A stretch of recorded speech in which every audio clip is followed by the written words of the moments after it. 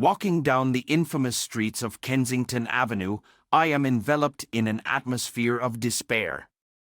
The stench of sweat and dirt mingles with the air, a testament to the countless souls consumed by the grip of fentanyl, their lives hanging by a fragile thread.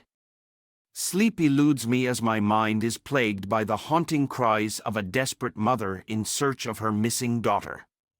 Her plea for help echoes in the darkness, demanding my attention. It was only a few days ago that I received a message from a distraught mother through my Facebook page. Her daughter had been missing for 3 long years, presumed dead by everyone in her family. But a glimmer of hope sparked when the mother stumbled upon one of my live videos on Facebook. In that video, as I tirelessly cleaned the streets of Kensington Avenue, she caught a glimpse of her daughter. The mother implored me to find her, to uncover the truth behind her daughter's disappearance. Curiosity piqued, I searched for the video she referenced. As I watched the footage, memories flooded back, and I recognized the young woman who had aided me in my cleaning efforts. She, too, was a denizen of the streets, trapped in the clutches of addiction and homelessness. We had toiled silently side by side, diligently scrubbing away at the grimy corners where drug use was rampant and life seemed devoid of meaning. Our encounter was brief, and we never exchanged words, but a connection had formed, a silent understanding in the face of shared struggle. Unable to tear my eyes away from the video, I became determined to find her. Now, as a clean and sober man walking through the night, I am acutely aware of the dangers that lurk in the shadows. I witness young girls selling their bodies, driven to such extremes by the insatiable hunger for drugs.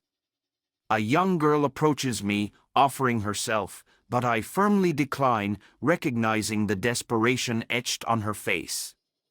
She walks away, searching for her next hit, her path intertwined with the destructive grip of addiction. Despite her current state, I can still see a glimmer of vitality in her, her skin yet untouched by the pallor of prolonged substance abuse.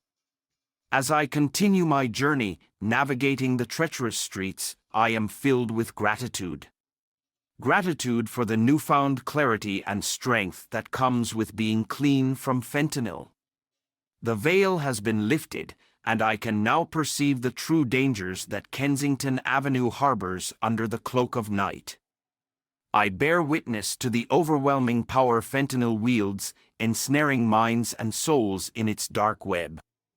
With each step, I offer thanks to a higher power, for it is through their grace that I have been granted liberation from the clutches of addiction.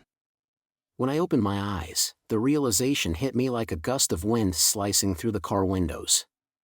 Sickness was creeping up on me, threatening to consume me entirely. In that moment, I craved her presence, needed her by my side. My atomic, my very core, was embroiled in a battle. But Mr. Roman understood the struggle all too well. He pulled over at a rest area, turning to me and saying, "Bull, I've been through this too. I was once more addicted than you can imagine." The man in the back seat erupted into laughter, recalling, "That's right. I remember when you were throwing up, ha ha ha." The stench was unbearable. But the stench seemed insignificant in the face of my urgent needs. Without a second thought, I bolted out of the car, desperate to find a hiding spot where I could indulge in my bags of fentanyl, whether it be a bathroom or the cover of trees. As I hastily broke open a bag of fentanyl, the sickness started to infiltrate my body, launching its merciless attack. My sweat turned icy cold, and my stomach twisted in agony from the effects of the potent drug. I mixed the fentanyl powder with weed, igniting it and inhaling the intoxicating smoke. The moment the fentanyl-infused smoke coursed through my system, a chill rippled down my spine, a foreboding sign of the drug's seductive grip. I tore open another bag, resorting to sniffing it through my nose.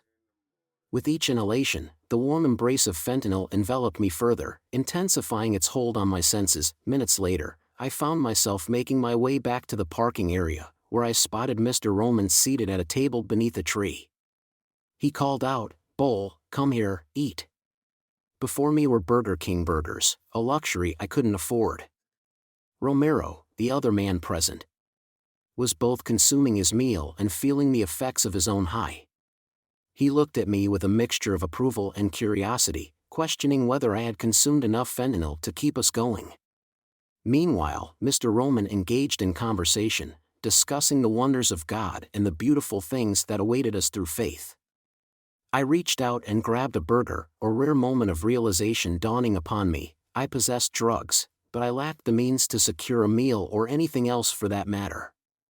I stared at the burger in my hand and began to eat, slowly savoring the taste. As Mr. Roman continued to share his thoughts, I listened, captivated by his words. He recounted how he had been penniless when Romero rescued him from the clutches of Kensington. Romero, not fully comprehending his own state of disarray, pointed at me and declared, "You were worse off than him."